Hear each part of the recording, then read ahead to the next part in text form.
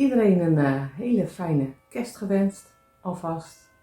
En natuurlijk een heel gelukkig en bijzonder volgend jaar, 2023. Hello subscribers, a Merry Christmas and of course a happy New Year to all of you. A happy 2023, waar ik mij ga richten op de patroonmethode readingen. En daar ga ik alvast mee beginnen.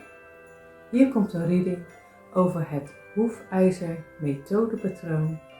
Het tweede hoefijzer methodepatroon, want er is al eentje. En toen merkte ik, er is nog een andere. Speciaal voor Kim de Lunneman, gecombineerd met de tarot. In de hoefijzer reading methode. Ik wens jullie heel veel plezier ermee. En ik zou zeggen, tot volgend jaar weer.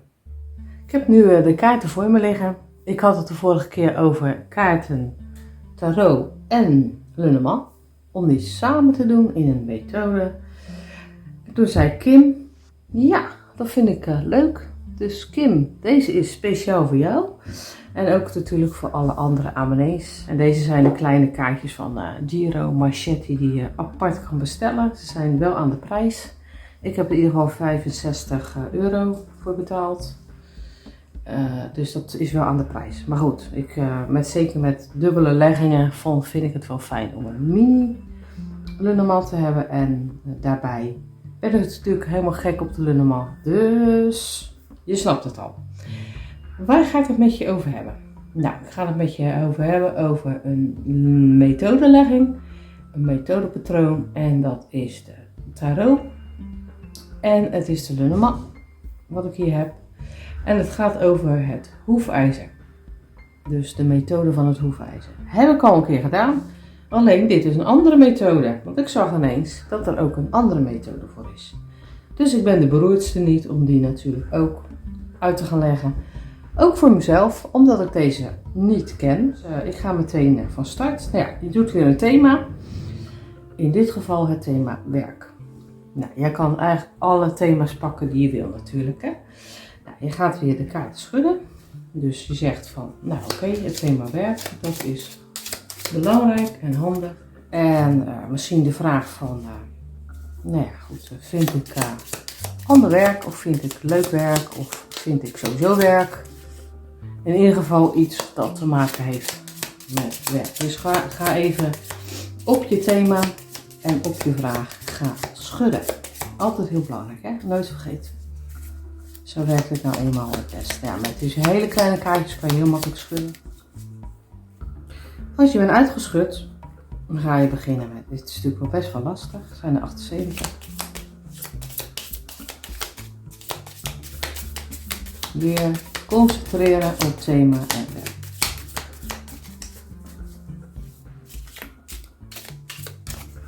Doe de tarotkaarten rechtop. Valt er één uit. Een hele belangrijk. Zo grappig. Ik heb dat ook met de engelenkaarten. Die vallen er gewoon tegenwoordig spontaan bij mij uit. Heel makkelijk. Ik hoef geen kaartje mee te trekken.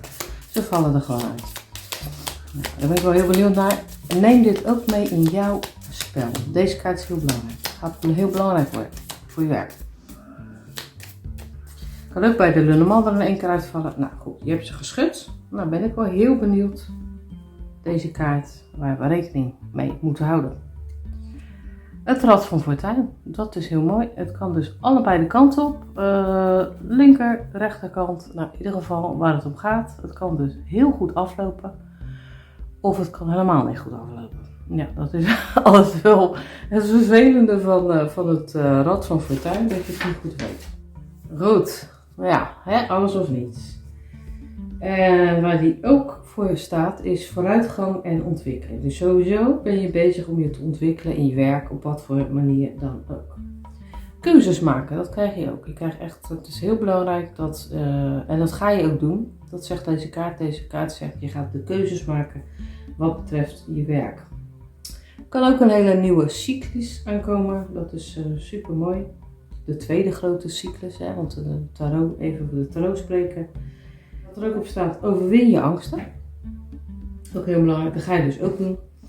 En er komt een spannende kans en een grote uitdaging.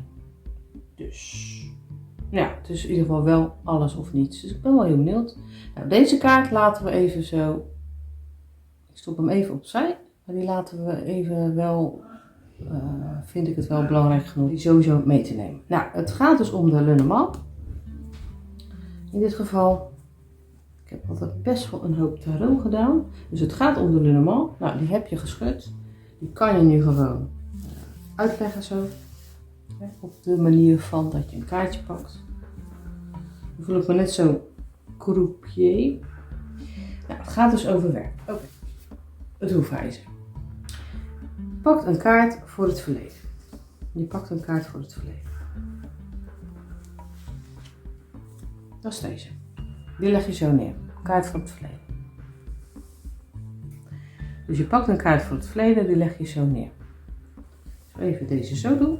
Dan zitten ze niet in de weg. Zo. Dan pak je een kaart voor het heden, dus voor het nu. Dan ga je ook weer even zo invoelen van welke kaart het beste kan pakken. Dat is deze. Die leg je zo neer. Dan de toekomst, dus de nabije toekomst.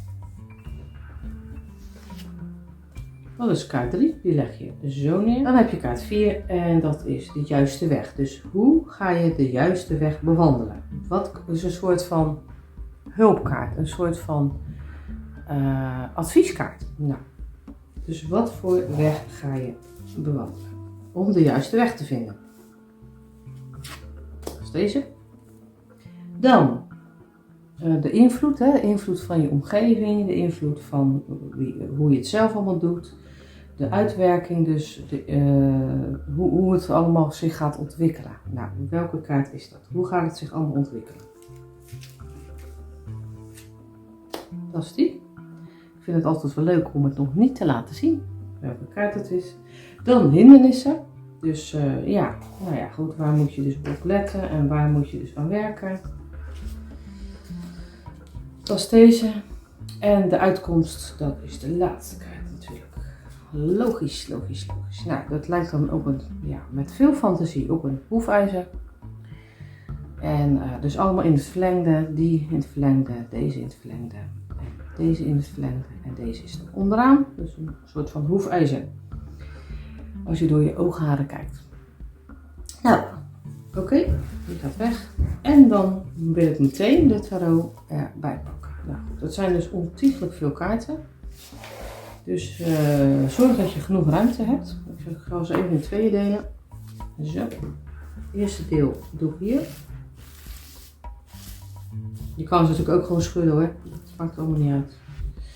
En het tweede deel doe ik even. Zodat je het niet ziet.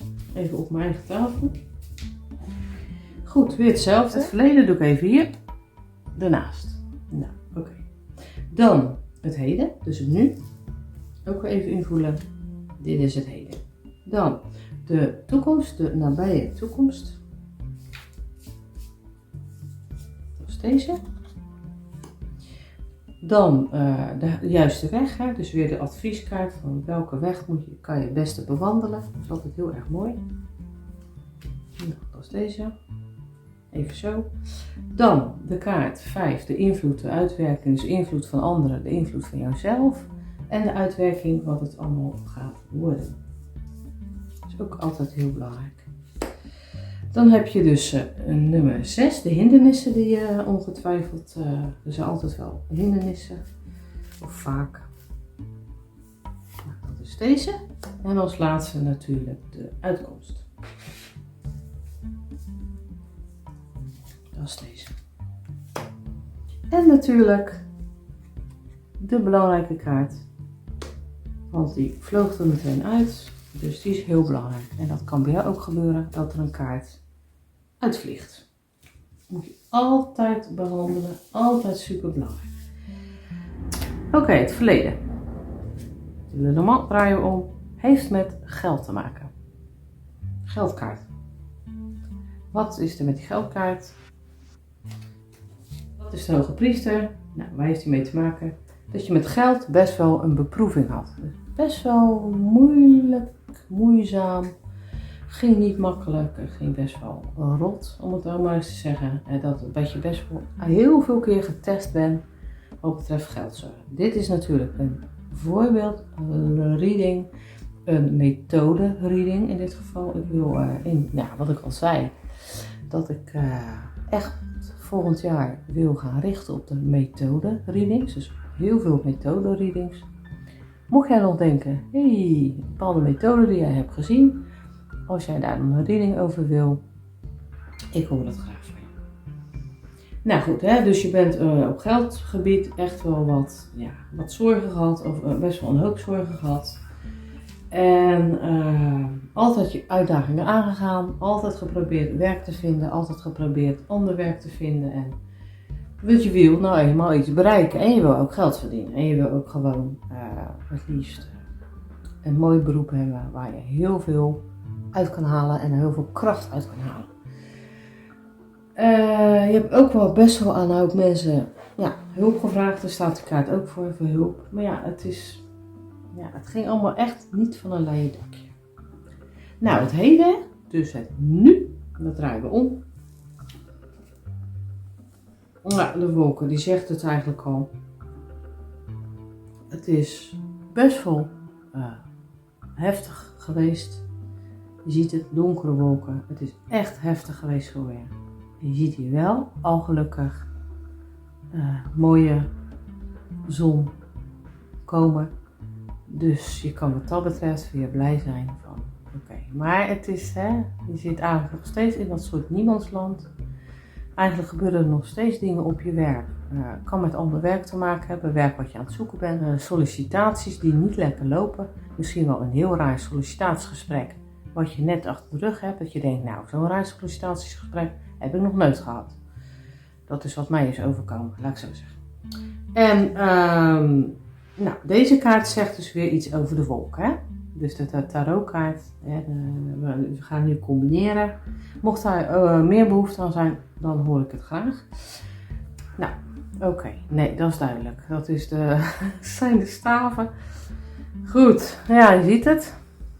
Staven 9. Ja, in dit geval een man die best wel gewond is na de strijd. Hij is echt even aan het uitblazen wat er allemaal gebeurd is. En zo van, ik hou me even vast aan die staaf. Want dan kan ik even uitrusten. Ik heb echt een strijd geleverd. Het is echt een strijd geweest, weet je wel. En dan kan nog steeds dat je denkt, oké, ik heb nog steeds die strijdgevoel. Het is nog niet afgelopen. Er moeten nog dingen gezegd worden waar ik helemaal geen zin in heb. Nou, daar staat hij echt voor. Staat ook voor uitrusten. Dus echt, het is echt belangrijk om nu uit te rusten. Daar staat hij voor. Ook om je zelfvertrouwen weer terug te krijgen. Klopt. En je bent toe aan rust. Maar eigenlijk ben je ook best wel ongeduldig. Dus dat. Dus hij sluit heel mooi aan bij de wolken, de kaart in het heden. De toekomst, nabije toekomst. Hè? Daar heb ik het echt over. Ja, over volgende week, die week erop, misschien die week erop, misschien tussen nu en een maand ongeveer. Dus niet echt later, weet je. Het is echt wel de toekomst, maar dan de nabije toekomst. Nummertje 3. Nou, eerst de Lenormand, want daar gaat het om. Dus eigenlijk een Lenormand-legging met de tarot. Nou, een hele mooie zon. Grote veranderingen. Iets wat je heel graag wil. Dat zal je wel weten. Klaver is natuurlijk een kleine verandering. Dit is een grote verandering. Met een beroep waar je echt heel veel om geeft en heel veel aan hebt. Dat is heel mooi. Het is een super mooie kaart. Het is eigenlijk een van de mooiste kaarten. Al is het waarschijnlijk de mooiste kaart van het dek van de Lenormand. Dus de zon. Oké, dan ben ik heel benieuwd naar die tarotkaart. Dus wat zegt deze kaart over de zon? Judgment. Oké, nou, dat is bijna de laatste kaart van de grote arcana. Oké, hij zegt dus eigenlijk, deze is gewoon echt een voltreffer. Maar het is nog even belangrijk dat je het laatste taak aan het vervullen gaat slaan. Voordat je dus deze krijgt. Hè? Dus je gaat nog even de laatste taak ga je vervullen. En dan kan deze een grote rol gaan spelen. En evalueer je verleden. Evalueer wat er allemaal gebeurd is. En ga kijken of je het goed naar je zin hebt. En wat er van het verleden van gebeurd is, wat je nog kan veranderen. En wat je nog graag wil veranderen. En de mooie dingen die gebeurd zijn, die je ook graag wil houden. Nou, al met al zijn het mooie kaarten. De juiste weg. Dus eigenlijk is het een kaart die een soort van aangeeft hoe je het kan doen. Waar je op moet letten. Nou, een soort tipkaart. De Lenormand-kaart. Dat ben je zelf. Het zegt van, wees jezelf, blijf bij jezelf, voel wat jij het liefste wil. Dat is het allerbelangrijkste. Wat wil jij het liefste? Jij staat op het middelpunt van jij staat op het middelpunt. Dus in je werk ben jij degene die het voor het zeggen heeft. Jij bepaalt wat je het leukste vindt en wat je het liefste wil. Laat je niet afleiden door andere dingen. Heel belangrijk. Laat je niet afleiden. Dus de tip is, wees jezelf. Laat je niet afleiden. Pik sommige dingen niet, zoals een vervelend sollicitatiegesprek. Maar ga wel lekker je eigen gang. En denk, oké, dit werk is niets voor mij. Het universum heeft besloten dat is niets voor mij. Want het was een vreselijk gesprek. Dan is het gewoon niet goed voor jou. Ik bedoel, als het gesprek wel niet goed is, een lomp, nou, dan wil je het gewoon niet. Dus deze kaart zegt echt, jij bent het belangrijkste. Dat is natuurlijk ook altijd zo, maar specifiek als tip krijg je deze kaart. En dan de tarotkaart die daarmee samenhangt, dus ook als tip. Oké, nou dat is dus de munten. Hè? De munten 10 in dit geval. Dat betekent de winst. Ja, oké, dat is winst als jij aan jezelf denkt en jezelf voorop stelt als nummer 1 in je werk. Heeft niks met egoïsme te maken. Hè? Laat dat nou duidelijk zijn en laat het ook, schrap het van je lijstje van nee, is het niet. Het is alleen maar zelfliefde. Dus als je dat doet, krijg je winst. Krijg je resultaten die verdiend zijn. Nou, dat krijg je dus allemaal in dit geval. Dus daar staat het in dit geval allemaal voor. Dan krijg je dat zakelijk succes en het ultieme materiële succes. Hoe mooi kan je het hebben? Dus knoop in je oren, jij bent het belangrijkste. Geef deze kaarten, allebei deze kaarten aan. Dan gaan we naar invloed van buitenaf of invloed van jezelf en de uitwerking. Dat soort dingen. Nou, invloeden. Een man. Oké, dat kan dus degene zijn, je partner, die misschien zegt, bla bla bla bla, over je werk. Kan ook mee te maken hebben met een werkgever. Daar kan het ook mee te maken hebben. Dus de invloeden van buitenaf. Van de werkgever waarvan je denkt, nee, gaat hem niet worden. En dan de hangman, dat is vaak van de gehangene, de man. Nou, wat zegt hij natuurlijk, de gehangene? Die zegt, er komt wel een transformatie op de een of andere manier. En laat het los. Wat er gebeurd is, laat het gewoon lekker los. En je zal zien dat er groei komt. Dus laat het los, er komt groei, echt. En het gaat erom dat de spiritualiteit weer kan overheersen. Dus in ieder geval dat je het werk gaat doen wat je echt leuk vindt. Dus laat het maar los. Dit is geweest. Laat het gewoon maar los. Die man zit er niet meer mee wat er gebeurd is. En dan kan je weer, dan is er weer kans op groei. Als je het niet loslaat, dan blijft dat maar in je zitten. En dan kan je ook niet groeien. Want ja, zo werkt dat nou eenmaal met de energie. Ook eigenlijk was wel weer een tipkaart. Dan, de hindernissen. Dus wat voor hindernissen gaan er nog komen? Voordat jij je werk bereikt wat je echt leuk vindt. Nou, het kompas. Dus eigenlijk zegt het weer, die richting zoeken. Richting zoeken wat je echt wil. Wat je echt bezighoudt. En ook voor jezelf die richting weer bepalen en weer bedenken van, wat wil ik het liefste? Waar sta ik voor? En jezelf ook niet meer downputten of sowieso niet downputten. Dus je weer de richting in jezelf kunnen vinden. En welke kaart staat ervoor? Tenminste om die aan te vullen. Dat is de kaart nummer 5 van de bokaal. Het zegt het eigenlijk van, nou ja, best wel die deuk opgelopen. Dat weten we. Het universum zegt, dat weten we. Dat is ook echt gebeurd. Het is ook heftig geweest. Verdriet. Ook wel, toch wel een dubbel gevoel, teleurstelling. Aan de ene kant denk ik wil niet in die zaak werken. Maar aan de andere kant denk je, weet je wel, het is echt wel een beetje dubbel. Die worsteling ook een plek geven.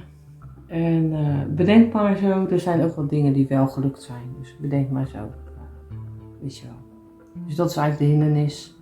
Dat je eigenlijk wat er net gebeurd is, een plek gaat geven en op gaat ruimen. Zodat dus die energie, net zoals met deze kaarten die je net had, die energie weer fijn kan doorstromen. En dan de uitkomst is natuurlijk wel het belangrijkste. Wat komt eruit? Een man.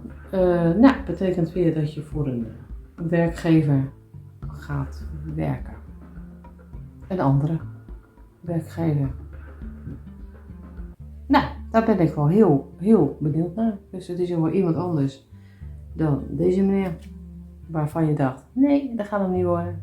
Het is een andere werkgever. Kan ook te maken hebben met werk wat je al doet of wat je erbij doet. Dat wil ik ook wel even expliciet zeggen. Er zijn mensen, zoals ik onder andere, die meerdere banen hebben.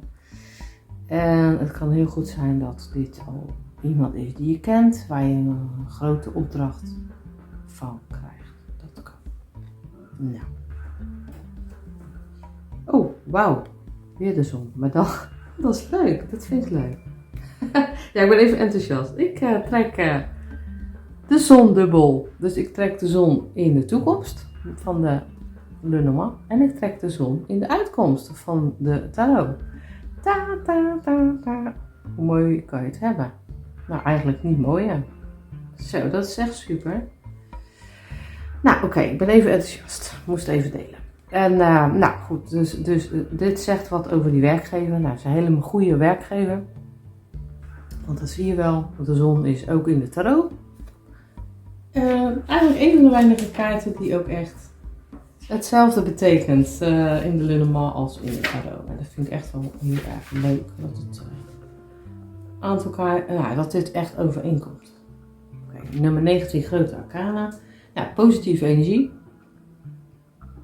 Hele positieve energie, optimisme. Dus die werkgever is gewoon heel lekker enthousiast.